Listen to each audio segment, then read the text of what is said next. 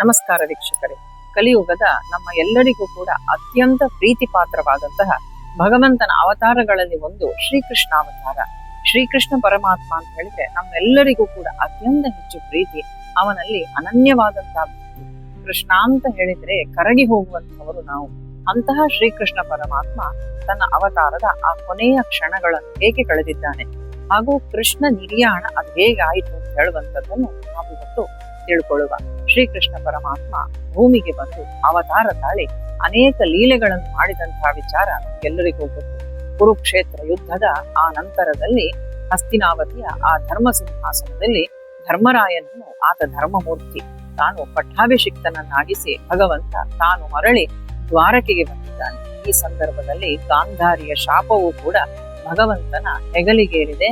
ತಾನು ಶಾಂತಚಿತ್ತನಾಗಿಯೇ ಗಾಂಧಾರಿಯ ಶಾಪವನ್ನು ಸ್ವೀಕಾರ ಮಾಡಿದವ ಭಗವಂತ. ಗಾಂಧಾರಿ ಶಾಪ ಕೊಟ್ಟಿದ್ದಾಳೆ, ಇಷ್ಟು ದೊಡ್ಡ ಕುರುಕ್ಷೇತ್ರದ ಯುದ್ಧಕ್ಕೆ ನೀನೇ ಸೂತ್ರಧಾರ. ನಾನು 100 ಮಕ್ಕಳನ್ನು ಹಡೆದೆ, ಆದ್ರೆ ಆ 100 ಮಕ್ಕಳಲ್ಲಿ ನನಗೆ ಇವತ್ತು ನನ್ನ ಜೀತೆಗೆ ಕೊಳ್ಳಿ ಇಡ್ಲಿಕ್ಕೆ ಒಂದು ಮಗು ಇಲ್ಲದ ಹಾಗೆ ನೀನು ಮಾಡಿದ್ಯಲ್ಲ. ಹಾಗಾಗಿ ನನ್ನ ಇಡೀ ವಂಶವೇ ನನ್ನ ಕಣ್ಣ ಮುಂದೆ ನಿರ್ವಂಶ ನಿಸ್ಸಂತಾನವಾಗಿ ಹೋದೆ ನಾನು. ಹಾಗಿದ್ದಾಗ ಇಂಥದ್ದೇ ಸ್ಥಿತಿ ನಿನಗೂ ಬರಬೇಕು. ನಿನ್ನ ಕಣ್ಣ ಮುಂದೆಗೆ ನಿನ್ನ ಯಾದವ ಕುಲ ನಿರ್ವಂಶ ಆಗಿ ಹೋಗ್ಬೇಕು, ಅದನ್ನು ನೀನು ನೋಡಬೇಕು ಅಂತ ಗಾಂಧಾರಿ ಶಾಪ ಕೊಟ್ಟಿದ್ದಾಳೆ. ಭಗವಂತನಿಗೆ ಆ ಶಾಪವನ್ನು ನಿವಾರಣೆ ಮಾಡುವಂತಹ ಸಾಮರ್ಥ್ಯ ಇರಲಿಲ್ವಾ? ಇದ್ರೂ ಕೂಡ ಭಗವಂತ ಆ ಶಾಪವನ್ನು ಸ್ವೀಕರಿಸಿದ್ದಾನೆ. ಹಸ್ತಿನಾವತಿಯನ್ನು ಬಿಟ್ಟು ದ್ವಾರಕೆಗೆ ಮರಳಿ ಬಂದ. ಇದೇ ಸಂದರ್ಭದಲ್ಲಿ ಎಲ್ಲಾ ದೇವಾನುದೇವತೆಗಳು ಕೂಡ ಒಂದು ಬಾರಿ ಏಕಾಂತದಲ್ಲಿ ಭಗವಂತನನ್ನು ಭೇಟಿಯಾಗ್ತಾರಂತೆ. ನೀನು ಭೂಮಿಗೆ ಬಂದು ಅವತಾರ ಮಾಡಿ 125 ವರ್ಷಗಳೇ ಕಳೆಯಿತು. ಆ ಭೂದೇವಿಯ ಆ ಒಂದು ಕೂಗಿಗೆ ಆಕೆಯಲ್ಲಿ ಭೂಭಾರ ಹೆಚ್ಚಾಗಿದೆ ಅಂತ ಆಕೆ ಬಂದು ನಿನ್ನಲ್ಲಿ ಭಿನ್ನವಿಸಿಕೊಂಡಾಗ ಭೂಭಾರ ಹರಣಕ್ಕಾಗಿ ಅವತಾರ ಮಾಡಿದ್ದಿ, ಇಷ್ಟೊಂದು ವರ್ಷಗಳು ಕಳೆದು ಹೋಯಿತು, ಮರಳಿ ನಿನ್ನ ಸ್ವಧಾಮಕ್ಕೆ ಬರಬೇಕು ಅಂತ ದೇವತೆಗಳೆಲ್ಲ ತಮ್ಮ ಆಗ್ರಹವನ್ನು ಶ್ರೀಕೃಷ್ಣ ಪರಮಾತ್ಮನಲ್ಲಿ ಭಿನ್ನವಿಸಿಕೊಂಡಿದ್ದಾರೆ.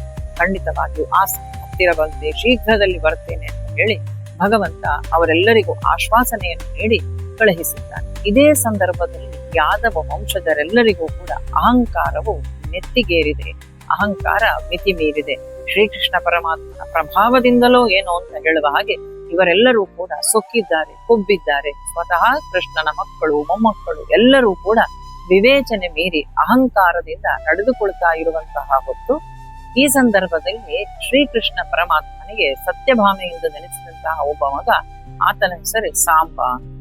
ಒಂದು ದಿನ ತನ್ನ ಎಲ್ಲಾ ಗೆಳೆಯರನ್ನು ಕೂಡಿಕೊಂಡು ತಾನು ಹೆಣ್ಣು ವೇಷವನ್ನು ಧರಿಸಿದ್ದಾನೆ. ತುಂಬಿದ ಗರ್ಭಿಣಿಯಂತೆ ತಾನು ವೇಷ ಹಾಕಿಕೊಂಡು ಋಷಿಗಳೆಲ್ಲರೂ ತಪಸ್ಸನ್ನಾಚರಿಸ್ತಾ ಇದ್ದಾರೆ. ವಸಿಷ್ಠರಿದ್ದಾರೆ, ದುರ್ವಾಸರಿದ್ದಾರೆ. ಈ ಎಲ್ಲಾ ಋಷಿಗಳು ತಪಸ್ಸನ್ನಾಚರಿಸ್ತಾ ಇರುವಂತಹ ಪ್ರದೇಶಕ್ಕೆ ಬಂದಿದ್ದಾನೆ. ದ್ವಾರಕೆಯಲ್ಲಿ ಬಂದು ಅವರ ತಪಸ್ಸಿಗೆ ಭಂಗ ಬರುವ ರೀತಿಯಲ್ಲಿ ವರ್ತನೆಗಳನ್ನು ಮಾಡಿದ್ದಾರೆ. ದುರ್ವಾಸಲು ಮೊದಲೇ ಸಿಟ್ಟಿನ ಮೂರ್ತಿ. ಅವರಿಗೊಂದು ವರ ಹೇಗಿತ್ತು ಅಂದ್ರೆ, ಯಾವಾಗೆಲ್ಲ ಅವರು ಸಿಟ್ಟು ಮಾಡ್ಕೊಳ್ತಾರೋ, ಯಾಕಂದ್ರೆ ಲೋಕ ಕಲ್ಯಾಣಕ್ಕಾಗಿಯೇ ಅವರು ಸಿಟ್ಟನ್ನು ಮಾಡಿಕೊಳ್ಳುವಂಥದ್ದು, ಆವಾಗೆಲ್ಲ ಅವರ ತಪಶಕ್ತಿ ಅಂತ ಹೇಳುವಂಥದ್ದು ವೃದ್ಧಿಸ್ತಿದ್ದಂತೆ. ಈ ಯಾದವ ಕುಲದ ಹುಡುಗರೆಲ್ಲರೂ ಋಷಿಗಳ ಮುಂದೆ ಬಂದು ಸಾಂಬನನ್ನು ಮುಂದೆ ಮಾಡಿಕೊಂಡು, ಈ ಸಾಂಬ ಯಾವ ಮಗುವನ್ನು ಹರಿತಾನೆ ನೀವು ಹೇಳಿ ಅಂತ ಋಷಿಗಳನ್ನು ಕೇಳಿಕೊಳ್ತಾರೆ. ದುರ್ವಾಸರ ಕೋಪ ನೆತ್ತಿಗೆ ಇರ್ತದೆ. ಅವ್ರಿಗೆ ಗೊತ್ತಿಲ್ವಾ ಇದು ನಾಟಕ ಅಂತ ಹೇಳುವಂಥದ್ದು. ಶಾಪ ಕೊಟ್ಟು ಬಿಡ್ತಾರೆ ಸಾಂಬನಿಗೆ ಹಾಗೂ ಇಡೀ ಯಾದವ ಕುಲಕ್ಕೆ ಶಾಪ ಕೊಡ್ತಾರೆ. ಇವನ ಹೊಟ್ಟೆಯಿಂದ ಒಂದು ಒನಕೆ ಹುಟ್ಟುತ್ತದೆ ಹಾಗೂ ಆ ಒನಕೆಯಿಂದ ನಿಮ್ಮ ಇಡೀ ಯಾದವ ಕುಲ ನಿರ್ವಂಶವಾಗಿ ಹೋಗ್ತದೆ, ನಿಸ್ಸಂತಾನವಾಗ್ತದೆ. ಅಂತಹ ಪುರುಷೋತ್ತಮನಿಗೆ ಇಂತಹ ಮಕ್ಕಳೇ ಅಂತ ತಾವು ನೊಂದುಕೊಳ್ತಾರೆ ದುರ್ವಾಸರು. ಹೀಗೆ ಶಾಪವನ್ನು ಪಡ್ಕೊಂಡ್ರು ಈ ಹುಡುಗರೆಲ್ಲರೂ ಕೂಡ ಮರಳಿ ಬಂದು ಇದನ್ನು ಉಗ್ರಸೇನ ರಾಜನಿಗೆ ಹೇಳುತ್ತಾರೆ. ಈ ರೀತಿಯಾಗಿ ಎಲ್ಲರೂ ಕೂಡ ಶಾಪಗ್ರಸ್ತರಾಗಿದ್ದೇವೆ, ಯಾದವ ಕುಲ ಇನ್ನೇನು ಅಂತ್ಯಗೊಳ್ಳಲಿದೆ ಅಂತ. ಆಗ ಹೆದರಿದಂತಹ ಉಗ್ರಸೇನ ಏನು ಮಾಡ್ತಾನೆ ಅಂದ್ರೆ, ಈ ಸಾಂಬ ಆಗಲೇ ಆ ಒನಕೆಯನ್ನು ಪ್ರಸವಿಸಿ ಬಿಡ್ತಾನೆ. ಆ ಒನಕೆಯನ್ನು ತುಂಡು ತುಂಡು ತುಂಡು ಚೂರು ಚೂರು ಚೂರಾಗಿ ಪುಡಿ ಮಾಡಿ ಕೊನೆಗೆ ಅದನ್ನು ಸಮುದ್ರದಲ್ಲಿ ತೇಲಿ ಬಿಡ್ತಾನೆ. ಆ ಒನಕೆಯಿಂದ ಯಾವುದೇ ತೊಂದರೆ ಆಗುವುದು ಬೇಡ ಅಂತ.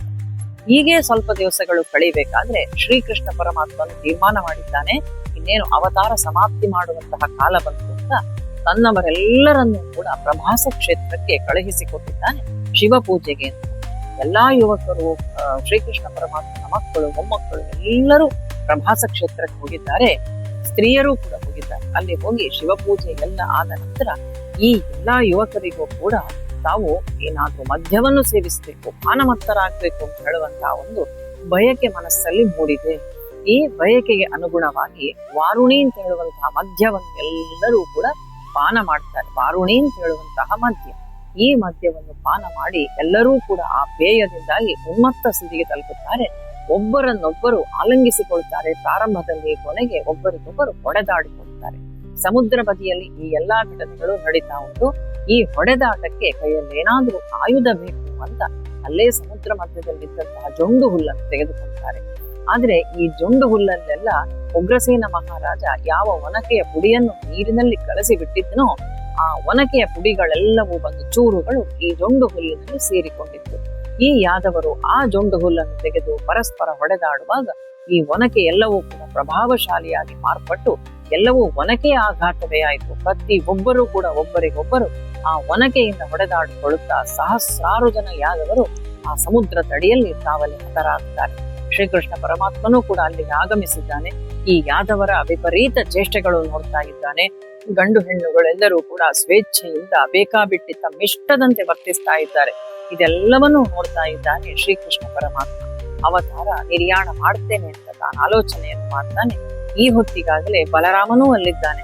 ಆತ ಇದೆಲ್ಲವನ್ನೂ ನೋಡ್ತಾನೆ ಹಾಗೂ ಅಲ್ಲಿಂದ ಸ್ವಲ್ಪ ದೂರದಲ್ಲಿ ಹೋಗಿ ಕುಳಿತುಕೊಂಡು ಧ್ಯಾನಾಸಕ್ತನಾಗ್ತಾನೆ. ಆ ಧ್ಯಾನದ ಉತ್ತುಂಗ ಸ್ಥಿತಿಯಲ್ಲಿ ಶೇಷನಾಗ ಬಲರಾಮನ ಶರೀರವನ್ನು ಬಿಟ್ಟು ತಾನು ತನ್ನ ಸ್ವಧಾಮಕ್ಕೆ ದೊಡ್ಡದಾದಂತಹ ಸರ್ಪದ ರೂಪವನ್ನು ತಳೆದು ಭೂಮಿಯಲ್ಲಿ ತನ್ನ ಅವತಾರವನ್ನು ಸಮಾಪ್ತಿ ಮಾಡಿ ಸರ್ಪ ಹೋಗಿ ತನ್ನ ಮೂಲ ಸ್ಥಾನಕ್ಕೆ ತಾನು ಸೇರಿಕೊಳ್ತಾನೆ. ಶೇಷನಾಗ ಮರಳಿ ತಾನು ವೈಕುಂಠವಾಸಿಯಾಗುತ್ತಾನೆ. ಇನ್ನೀಗ ಶ್ರೀಕೃಷ್ಣ ಪರಮಾತ್ಮ ತೆರಳಬೇಕು. ಭಗವಂತನಿಗಿಂತಲೂ ಮೊದಲು ಭಗವಂತನ ಹಾಸಿಗೆ ಹೋಗಿ ಸ್ವಸ್ಥಾನದಲ್ಲಿ ತಾನು ಸೇರಿಯಾಗಿದೆ. ಶ್ರೀಕೃಷ್ಣ ಪರಮಾತ್ಮ ಅಲ್ಲೇ ಒಂದು ಕಡೆಯಲ್ಲಿ ಮರದ ನೆರಳಲ್ಲಿ ಧ್ಯಾನಸ್ಥನಾಗಿ ತಾನು ಕೂತ್ಕೊಳ್ತಾನೆ. ಎಡಕಾಲಿನ ಮೇಲೆ ಎಡ ತೊಡೆಯ ಮೇಲೆ ಬಲಗಾಲ ನೆಟ್ಟು ತಾನು ಕೂತಿದ್ದಾನೆ. ಮನಸ್ಸಲ್ಲೇ ತಾನೆಲ್ಲ ತನ್ನ ಜೀವಿತಾವಧಿಯನ್ನು ಅವತಾರದ ಆ ಕಾಲಾವಧಿಯನ್ನು ಆಲೋಚನೆ ಮಾಡ್ತಾನೆ. ಈ ಹೊತ್ತಿಗಾಗಲೇ ತನ್ನ ಪ್ರಿಯ ಶಿಷ್ಯನಾದಂತಹ ಪ್ರಿಯ ಮಿತ್ರನಾದಂತಹ ಉದ್ಧವನಿಗೆ ಉದ್ಧವ ಗೀತೆಯನ್ನು ತಾನು ಉಪದೇಶ ಮಾಡಿ ಆಗಿದೆ. ನೀನು ಬದರಿಕಾಶ್ರಮಕ್ಕೆ ಹೋಗು ಅಂತ ಉದ್ಧವನಿಗೆ ಶ್ರೀಕೃಷ್ಣ ಪರಮಾತ್ಮ ತನ್ನ ನಿರ್ಯಾಣ ಕಾಲದಲ್ಲಿ ಉಪದೇಶಿಸಿದ್ದೆ ಉದ್ಧವ ಗೀತೆ. ಶ್ರೀಕೃಷ್ಣ ಪರಮಾತ್ಮ ತಾನಲ್ಲಿ ತನ್ನ ಎಲ್ಲಾ ಅವತಾರದ ಲೀಲೆಗಳನ್ನು ನೆನಪು ಮಾಡಿಕೊಳ್ತಾ ಇದ್ದಾನೆ. ಆವಾಗ ದೂರದಿಂದ ಒಬ್ಬ ಬೇಡ ತಾನಿದನ್ನು ನೋಡ್ತಾನೆ. ನೋಡಿದವನಿಗೆ ಅದು ಭಗವಂತನ ಪಾದ ಅಂತ ಗೊತ್ತಾಗುವುದಿಲ್ಲ. ಯಾವುದೋ ಪ್ರಾಣಿಯಿಂದ ನೆನೆಸಿ ತನ್ನ ಆ ಬಾಣವನ್ನು ತೆಗೆದು ಈ ಕಡೆಗೆ ಗುರಿಯಿಟ್ಟು ಹೊಡೆದಿದ್ದಾನೆ. ಆ ಬಾಣದ ತುದಿಗೆ ಯಾವ ಒನಕೆಯನ್ನು ಇವರು ತೆಯ್ದು ನೀರಲ್ಲಿ ಬಿಟ್ಟಿದ್ರೋ ಅದರ ಕೊನೆಯ ತುಂಡು ಸಮುದ್ರದಲ್ಲಿ ಬಂದು ಇವನಿಗೆ ಸಿಕ್ಕಿತ್ತು. ಈ ವ್ಯಾಧನಿಗೆ ಬೇಡನಿಗೆ ಅವನು ಅದನ್ನು ತನ್ನ ಬಾಣದ ತುದಿಗೆ ಸಿಕ್ಕಿಸಿದ್ದ. ಅಂತೂ ಋಷಿಶಾಪದ ಆ ಒಂದು ಪರಿಣಾಮ ಭಗವಂತನ ಮೇಲೂ ಆಯ್ತು. ಇಡೀ ಯಾದವ ವಂಶವೇ ಆ ಒನಕೆಯಿಂದ ಸಾವನ್ನಪ್ಪಬೇಕು, ಅಂತ್ಯಗೊಳ್ಳಬೇಕು ಅಂತ ಶಾಪ ಇದ್ದದ್ದು ಶ್ರೀಕೃಷ್ಣ ಪರಮಾತ್ಮನ ಆ ಅಂತ್ಯಕ್ಕೂ ಕೂಡ ಆ ಒನಕೆಯ ತುಂಡೇ ಕಾರಣವಾಯಿತು. ಆ ಸುಂದರವಾದಂತಹ ಆ ಕೋಮಲವಾದಂತಹ ಪಾದ, ಅದು ಎಂತಹ ಪಾದ ಅಂತ ಬರೀತಾರೆ. ಆ ಪಾದ ತೋರಿದಂತಹ ಲೀಲೆಗಳೆಲ್ಲವೂ ಕೂಡ ನಮ್ಗೆ ಗೊತ್ತುಂಟು. ಶಕಟಾಸುರನ ಬಂಡಿಯನ್ನು ಒದ್ದಂತಹ ಪಾದ, ಕಾಳಿಂಗ ಮರ್ದನವನ್ನು ಮಾಡಿದಂತಹ ಪಾದ, ತ್ರಿವಿಕ್ರಮನಾಗಿ ಬೆಳೆದು ನಿಂತಹ ಆ ಪಾದ. ಅಂತಹ ಪಾದಕ್ಕೆ ಈ ವ್ಯಾಧನ ಬಾಣ ಬಂದು ತಾನು ಚುಚ್ಚಿಕೊಂಡಿದೆ. ಅಮ್ಮ ಅಂತ ತಾನು ಚೀರಿದ್ದಾನಂತೆ ಭಗವಂತ. ನಮಗೆಲ್ಲರಿಗೂ ಕೂಡ ಈ ಭಾಗಗಳನ್ನು ಓದುವಾಗ ರೋಮಾಂಚನವಾಗ್ತದೆ, ಮೈ ನವಿರೇಳುತ್ತದೆ ಹಾಗೂ ಹೃದಯ ತಲ್ಲಣಿಸ್ತದೆ. ಅಮ್ಮ ಅಂತ ಹೇಳುವಂತಹ ಆ ಭಗವಂತನ ಆ ಕೂಗಿಗೆ 3 ಜನ ತಾಯಿಯಂದಿರು ಆತನ ಮನಸ್ಸಿನಲ್ಲಿ ಪ್ರಕಟರಾಗ್ತಾರೆ ಅಂತ ನಾರಾಯಣಾಚಾರ್ಯರು ತಮ್ಮ ವ್ಯಾಖ್ಯಾನವನ್ನು ಬರೀತಾರೆ. 3 ಜನ ತಾಯಿಯಂದಿರು, ಮೊಟ್ಟ ಮೊದಲನೇದಾಗಿ ಯಶೋದೆ, ದೇವಕಿ ಹಾಗೂ ಊತನಿ ಕೂಡ ಬಂದಿದ್ದಾಳಂತೆ. ಸ್ತನ್ಯಪಾನವನ್ನು ಮಾಡಿಸಿದವಳು ತಾನೇ ಅವಳು. ಕೊಲ್ಲಲಿಕ್ಕೆ ಬಂದಿದ್ರು ಕೂಡ ತಾಯಿಯ ಆ ಒಂದು ಮಮತೆಯನ್ನು ತನ್ನೊಳಗೆ ಇಟ್ಟುಕೊಂಡು ಬಂದಿದ್ದು ಹಿಂದಿನ ಕಥೆ ಆಕೆಯದ್ದು ನಮಗದು ತಿಳಿಸಿಕೊಡ್ತದೆ. ಬಲಿಚಕ್ರವರ್ತಿಯ ತಂಗಿಯಾಗಿದ್ದಂಥವಳು ಈ ಪೂತನಿ ಯಾವಾಗ ಆ ವಾಮನ ರೂಪದ ಭಗವಂತ ಬಂದ ವಾತ್ಸಲ್ಯ ಊಟಿ ಹರಿದು ನಿನಗೆ ನಾನು ಸ್ತನ್ಯಪಾನ ಮಾಡಿಸಬೇಕು ಅಂತ ಹೇಳಿಕೊಂಡಿದ್ದಂತೆ. ಮುಂದಿನ ಜನ್ಮದಲ್ಲಿ ಆ ಅವಕಾಶವನ್ನು ಕೊಡ್ತೇನೆ ಅಂತ ಆ ಮನಸ್ಸಲ್ಲೇ ಅನುಗ್ರಹಿಸಿದ್ದ ವಾಮನ ರೂಪದಲ್ಲಿ ಬಂದಂತಹ ಭಗವಂತ ಆ ಭಾಗ್ಯವನ್ನು ತಾನು ಮರಳಿ ಪಡೆದುಕೊಳ್ಳುವುದಕ್ಕಾಗಿ ಪೂತನಿಯಾಗಿ ಬಂದಿದ್ದು ಈ 3 ಜನ ತಾಯಿಯಂದಿರು ಕಾಣುವಂಥದ್ದು, ಅವರೆಲ್ಲ ನಡೆಸುವಂತಹ ಸಂಭಾಷಣೆ, ಇದೆಲ್ಲವನ್ನು ಕೂಡ ನಾರಾಯಣಾಚಾರ್ಯರು ವಿವರಿಸ್ತಾರೆ. ಅದನ್ನೆಲ್ಲವನ್ನು ಕೂಡ ಓದಿ ನೋಡುವಂತಹ ಪ್ರಯತ್ನವನ್ನು ಮಾಡುತ್ತಾರೆ. ಹೀಗೆ ಭಗವಂತ ತಾನಲ್ಲಿ ಕಾಲಿಗೆ ಗಾಯಗೊಂಡು ತಾನು ಕೂತಿದ್ದಾನೆ. ವ್ಯಾಧ ಓಡೋಡಿ ಬರ್ತಾನೆ. ಬಂದವನೇ ಆ ಪಾದದ ಮೇಲೆ ಬಿದ್ದು ತಾನು ಹೊರಳಾಡ್ತಾನೆ. ನನಗೆ ಅರಿಯದೆ ಹೋಯಿತು, ಇದು ಆ ಜಗನ್ನಾಯಕನ ಪಾದ ಅಂತ ಹೇಳುವಂಥದ್ದು ಗೊತ್ತಾಗದೆ ಹೋಯಿತು, ಎಂತ ತಪ್ಪನ್ನು ಮಾಡಿದೆ ಅಂತ ತಾನು ಬೋಧಿಸ್ತಾನೆ. ಆದ್ರೆ ಶ್ರೀಕೃಷ್ಣ ಪರಮಾತ್ಮ ಹೇಳ್ತಾನಂತೆ, ಇದು ನನ್ನ ಇಚ್ಛೆಯಂತೆಯೇ ಆಗಿದೆ, ನೀನು ಯಾವುದೇ ಕಾರಣಕ್ಕೂ ದುಃಖಿಸಬೇಡ, ನಿನಗಾಗಿ ಮೋಕ್ಷದ ದಾರಿ ಕಾದಿದೆ ಅಂತ. ಅವನಿಗಾಗಿ ರಥವೋ ವಿಮಾನವೋ ಏನು ಬರ್ತದೆ, ತಾನು ಅದರಲ್ಲಿ ಕೂತುಕೊಂಡು ಆ ವ್ಯಾಧ ತಾನು ಮೋಕ್ಷಕ್ಕೆ ತೆರಳುತ್ತಾನೆ ಅಂತ. ಇನ್ನೊಂದು ಕಥೆಯು ಹೇಳುವ ಪ್ರಕಾರ ರಾಮಾವತಾರದಲ್ಲಿ ಇದ್ದಂತಹ ವಾಲಿಯೇ ಇಲ್ಲಿ ಜರ ಅಂತ ಹೇಳುವಂತಹ ವ್ಯಾಧನಾಗಿ ಬಂದಿದ್ದಾನೆ ಅಂತ. ವಾಲಿಯನ್ನು ಶ್ರೀರಾಮಚಂದ್ರ ಸ್ವಾಮಿ ಮರದ ಹಿಂದೆ ನಿಂತುಕೊಂಡು ಅಡಗಿ ನಿಂತು ಪಡೆದ.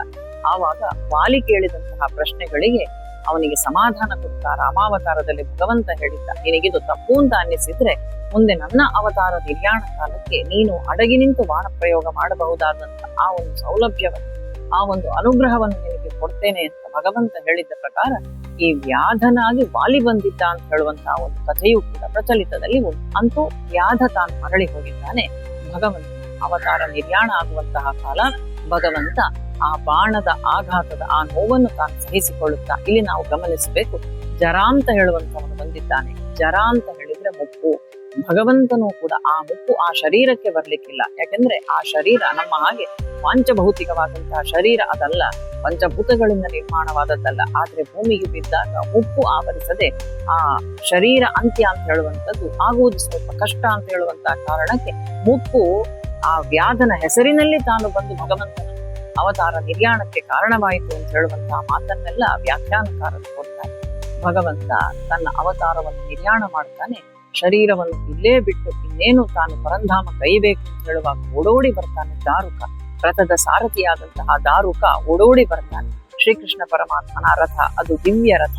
ಯಾವಾಗ ದಾರುಕ ಆ ರಥದಿಂದ ಕೆಳಗಿಳಿದ್ನೋ ರಥ ಇದ್ದಕ್ಕಿದ್ದಂತೆ ಅಂತರಿಕ್ಷದಲ್ಲಿ ತಾನು ಅಂತರ್ಧಾನವಾಗ್ತದೆ. ಯಾಕೆಂದ್ರೆ ಭಗವಂತ ಇನ್ನೇನು ತೆರಳಲಿದ್ದಾನೆ. ರಥವು ಅವನಕ್ಕಿಂತ ಮೊದಲೇ ಹೋಯಿತು. ಹಾಸಿಗೆ ಈವಾಗಲೇ ಹೋಗಿ ಆಗಿದೆ. ಶೇಷನಾಗ ತಾನು ತೆರಳಿದ್ದಾನೆ. ಇವಾಗ ದಾರುಕ ಬಂದಾಗ ಭಗವಂತ ಅವನಲ್ಲಿ ಹೇಳುತ್ತಾನೆ, ಶೀಘ್ರದಲ್ಲಿ ಹೋಗಿ ಯಾದವ ಕುಲದ ಹಿರಿಯರೆಲ್ಲರಿಗೂ ಕೂಡ ತಿಳಿಸು, ಹಾಗೂ ಅರ್ಜುನನನ್ನು ಶೀಘ್ರದಲ್ಲಿ ದ್ವಾರಕೆಗೆ ಬರ ಹೇಳು. ಇಲ್ಲಿದ್ದ ಉಳಿದಂತಹ ಹೆಣ್ಣು ಮಕ್ಕಳನ್ನೆಲ್ಲ ಅವನು ಕರೆದುಕೊಂಡು ಹಸ್ತಿನಾವತಿಗೆ ಹೋಗಲಿ ಅಂತ ಹೇಳ್ತಾ ಭಗವಂತ ತನ್ನ ಶರೀರವನ್ನು ಇಲ್ಲಿಯೇ ಬಿಟ್ಟು ಆ ದಿವ್ಯ ಸುಂದರ ಮಂಗಳ ಮೂರ್ತಿ ತಾನು ವೈಕುಂಠದಲ್ಲಿ ವಿರಾಜಮಾನನಾಗ್ತಾನೆ.